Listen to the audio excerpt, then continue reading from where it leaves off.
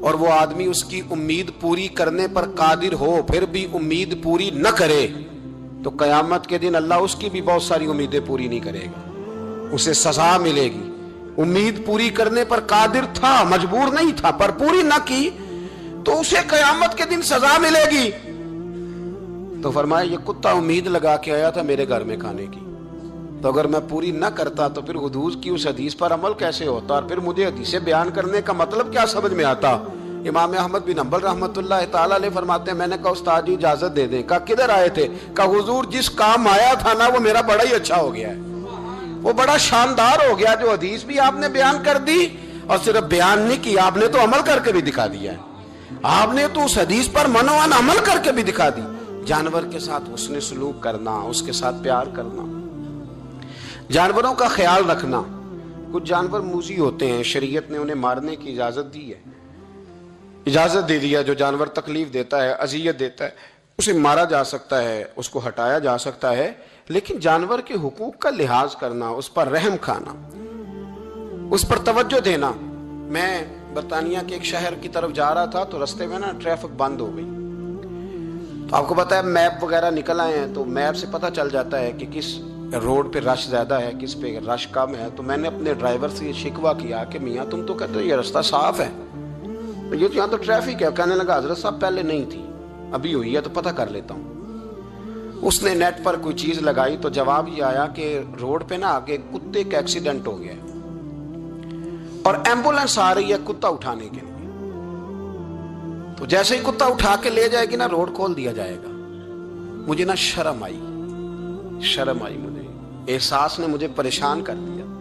وہ کہنے لگا حضرت میں نے کوئی ایسی بات تو نہیں کر دی، آپ تو پریشان ہو گئے۔ میں نے کہا یار پریشان اس لیے ہوا ہوں کہ کافروں کا ملک ہے، کتے کا ایکسیڈنٹ ہوا ہے تو ایمبولینس کتا اٹھانے آ گئی ہے، اور مسلمانوں کے ملک میں کتا اگر روڈ پہ ایکسیڈنٹ ہو جائے تو وہ گاڑی کے ٹائروں کے ساتھ مسئلہ تو جاتا ہے پر مرے ہوئے کو بھی سائیڈ پہ کوئی نہیں کرتا۔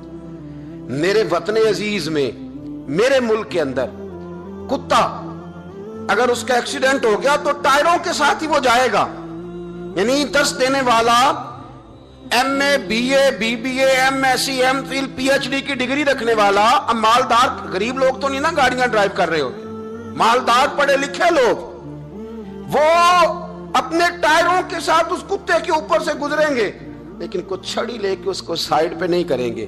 اور ہمارے کوئی فلسفے سنے تو ہم سے زیادہ اچھا بیان ہی کوئی نہیں کر سکتا، ہماری کوئی لب و لہجہ دیکھے تو ہم سے زیادہ اچھی نصیحت کرے گا کوئی نہیں۔ لیکن اس کو ایک جگہ پہ میں نے کہا ایک سنگی سے کہ یار ذرا تھوڑا رکو، اس کو سائیڈ پہ کر دو، تو کہنے لگے مین روڈ پہ کیسے رکیں؟ تو میں نے کہا ہیلمٹ گر جائے تو فٹافٹ رک جاتے ہو، تھیلا گر جائے نا کبھی سامان والا تو یوں کر کے گاڑیاں بلاک کر دیتے ہو، اگرچہ وہ 150 روپے کا ہی مال کیوں نہ ہو، اور کتے کی خاطر نہیں نیچے اتر سکتے، اس کو تھوڑا سا ہٹایا نہیں جا سکتا۔ لیکن ہمارے رویے ہیں، ہمارا مزاج ہے، ہم ان چیزوں کو سمجھتے نہیں۔ امیر ملت، اور اگر میں کہوں بانی پاکستان تو میں ٹھیک کہوں گا، بانی لارڈ تھا ایک اس وقت انگریزوں کا بڑا، پیر جماعت علی شاہ صاحب محدث علی پوری بھی پاکستان کی تحریک چلا رہے تھے اور قائد اعظم بھی چلا رہے تھے۔ تو لارڈ نے قائد اعظم سے کہا تھا کہ قائد اعظم مجھے تیری سیاست سے اتنا ڈر نہیں آتا جتنا جماعت علی شاہ کے دین سے ڈر آتا ہے۔ تو فجر کا وقت مانگنے کا ہے، تو ساری رات تو گزر گئی گیمیں کھیلتے، ٹی وی دیکھتے، اور جو لینے کا وقت تھا تو سو گیا، تو کیسے آئے گا تیرے پاس؟ تو اٹھے سویرے، بندوں سے مانگ کے دیکھ لیا، بڑی عزتیں خراب ہوئی، فجر کا وقت اٹھ کے جھولی پھیلائے۔ میرے رسول پاک علیہ السلام فرماتے ہیں، رب فرماتے ہیں جب بندے میرے آگے جھولی پھیلاتے ہیں مجھے شرم آتی ہے، کیسے خالی واپس کر دوں؟ تو اس کے سامنے جھولی پھیلائیں سویرے اٹھ کے، رزق میں برکت ہوگی۔ اور پھر ایک اور بات، 5ویں بات، رزق میں تنگی اس وقت ہوتی ہے جب ہم مال غلط جگہ پہ خرچ کرتے ہیں۔ اللہ مال دیتا ہے اپنے فضل سے، اور جب ہم اسے ضائع کریں، مثال دیتا ہوں، میرے پاس ایک شخص نے آ کے کہا حضرت بچی کی شادی ہے، یا میرا گھر میں کوئی بیمار ہے، یا بڑی آزمائش ہے، 10,000 کی ضرورت ہے، میں نے تھما دیا اس کو۔ پھر مجھے بعد میں پتا چلا کہ اوہو وہ تو عیاشی کر رہا ہے پیسوں سے، وہ تو چلا گیا کہیں گھومنے اور فلاں ہوٹل میں، مہنگے ہوٹل میں بیٹھ کے کھانا کھا لیا، تو میرے دل پہ کیا گزرے گی اس شخص کے بارے میں؟ بلا مثال و بلا تشبیہ سمجھانے کے لیے اللہ نے مال دیا فضل سے، اور اگر عیاشیوں میں لگا دیا. صوفیاء فرماتے ہیں کہ اگر ایک دھیلا تو حرام جگہ پہ خرچ کرے نا، ایک دھیلا، تو 1,00,000 دینار کی برکت تیرے گھر سے اٹھ جاتی ہے. ایک دھیلا حرام جگہ پہ. یہ جو گونیوں پہ پیسے پھینکتے ہو حلال ہے؟ چلیں بینڈ باجا تو شادی پہ آپ نے اپنی مرضی سے بند کرنا ہے یا بجانا ہے، لیکن گونیوں پہ جو پیسے پھینکتے ہو جائز ہے؟ بولے. تو وہ پھر کہتے روتے ہیں بعد میں لوگ کہ پتہ نہیں کیا ہوا، شادی کے بعد پیچھے پیچھے آئے. تو میں نے کہا شادی کے بعد اس لیے پیچھے پیچھے ہاتھ ہو گیا کہ شرابیں بڑی پی گئی، شادی پہ تباہی بڑی اتری، تو پھر اللہ کی رحمت ناراض ہو گئی. اور اس پر میں قرآن مجید کی آیت پڑھتا ہوں. رب فرماتا ہے وَمَنْ أَعْرَضَ عَنْ ذِكْرِي فَإِنَّ لَهُ مَعِيشَةً ضَنْكًا. بڑی سخت آیت. وَمَنْ أَعْرَضَ عَنْ ذِكْرِي، فرمایا جب تو میرے تذکرے سے، میرے ذکر سے منہ پھیر لیتا ہے، فَإِنَّ لَهُ مَعِيشَةً ضَنْكًا، تو میں تیری معیشت کو، تیرے رزق کو تنگ کر دیتا ہوں. تو تیری زندگانی تنگ ہوتی. اور جس کی زندگی اللہ تنگ کرے اس کی کوئی کھول سکتا ہے؟ کہتے ہیں بڑی جگہوں پہ گیا ہوں، بڑی پھوکے مروائی، بڑے دم کرائے، حالات صحیح نہیں ہوتے، تو مسجد آ کے توبہ کر. وہ کہہ رہا فَإِنَّ لَهُ مَعِيشَةً ضَنْكًا. اعلان ہے قرآن پاک کا کہ جب تو میرے ذکر سے منہ پھیرے گا، روٹی میری کھائے اور پیسے لے کے عیاشی کرے، مسجد آئی نہ. حکم تو یہ ہے کہ جتنی جتنی نعمت بڑھتی جائے سجدے بڑھنے چاہیے، لیکن ہم لوگ سجدے کم کرتے جاتے ہیں، فرض نماز بھی نہیں پڑھتے، پھر رزق تنگ ہوتا ہے، پھر اللہ کے عدل کا نظام چلتا ہے، پھر خرابی ہوتی. اس لیے یاد رکھیں قرآن مجید نے حکم دے دیا کہ اگر چاہتے ہو کہ رزق میں برکت ہو تو پھر رزق دینے والے کے آگے جھک جاؤ، پھر رزق دینے والے کے آگے جھکو. تو مالی پریشانی کا بہت بڑا سبب یہ ہے کہ ہم مسجد کی طرف نہیں آتے، دین کی طرف نہیں آتے، پیسہ ناجائز جگہ پہ خرچ ہوتا ہے. آپ یقین کریں مسجدوں کا حال خستہ ہے، مدارس کا حال قابل رحم ہے، قابل رحم حالت ہے مدارس اسلامیہ کی. اور لوگ پیسہ کہاں خرچ کرتے ہیں؟ میں تو یہ روتا رہتا ہوں، ہر جگہ روتا ہوں. میں دنیا کے کسی پاکستان کے کونے میں بیٹھتا ہوں تو روتا ہوں. ایکٹر پل گئے، اور اہل سنت کا تو ویسے اللہ حافظ ہے، قوالوں کی کوٹھیاں دیکھنے کے قابل ہے. اور نعت خواں جو سر سیکھتے ہیں رات کو کہیں بیٹھ کے اور صرف آواز سریلی ہے، ان کے مکان پجاروں دیکھنے کے قابل ہے. اور جس شخص نے ساری زندگی رسول اللہ کا دین پڑھایا ہے، ساری زندگی، شیخ الحدیث مزاج کے لوگ ہیں جن کی بیٹیوں کی شادیاں بھی ہونے والی ہیں. مدارس کے بچے موٹے کپڑے پہن کے گرمیوں میں گھومتے ہیں، موٹے کپڑے. اور کوئی چودھری اگر کبھی دینے آتا ہے نا کسی مدرسے میں پیسے، تو کہتا ہے جی وہ میں نے 50,000 روپیہ خرچ کرنا ہے، تو کوئی جگہ کوئی کام بتائیں کون سا ہونے والا ہے. میں کہتا تو لے جا کہا رہی، یہ کام بتائیں. اب کسی امام کی بیٹی کی شادی ہونے والی ہے تو پہلے تجھے جا کے بتائیں کہ اس کو ہم نے خرچ کرنے. کہتے ہیں نہیں وہ میرا اعتبار نہیں. تو اعتبار نہیں تو جا دوڑ جا. یہاں کوئی بھوکے ننگے لوگ بیٹھے، یہ رسول اللہ کا نام لیتے ہیں، اور جو مصطفیٰ کا نام لیتے ہیں رب انہیں اتنا نوازتا ہے کہ کہیں کوئی کمی باقی نہیں رہتی. وہ کمال کر دیتا ہے جب وہ دیتا ہے. دروازہ رسول سے جسے ملتا ہے، میرے اعلیٰ حضرت بول کے کون دیتا ہے؟ دینے کو منہ چاہیے، دینے والا ہے سچا، دینے والا ہے سچا.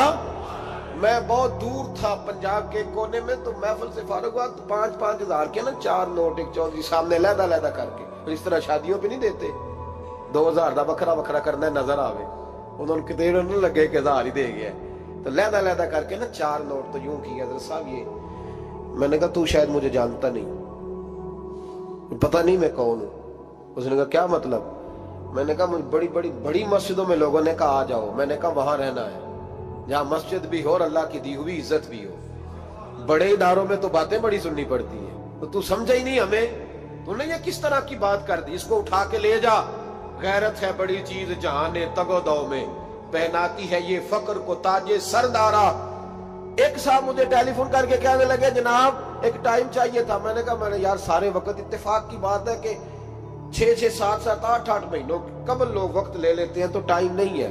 کہنے لگے میرا تو عمرہ کراندہ بھی ارادہ سی، میرا تو میں نے کہا میں نے کبھی خواب میں بھی نہیں سوچا تھا کہ میں مدینے کی اتنی حاضری دوں گا جتنی میرے رب نے مجھے دلائی ہے.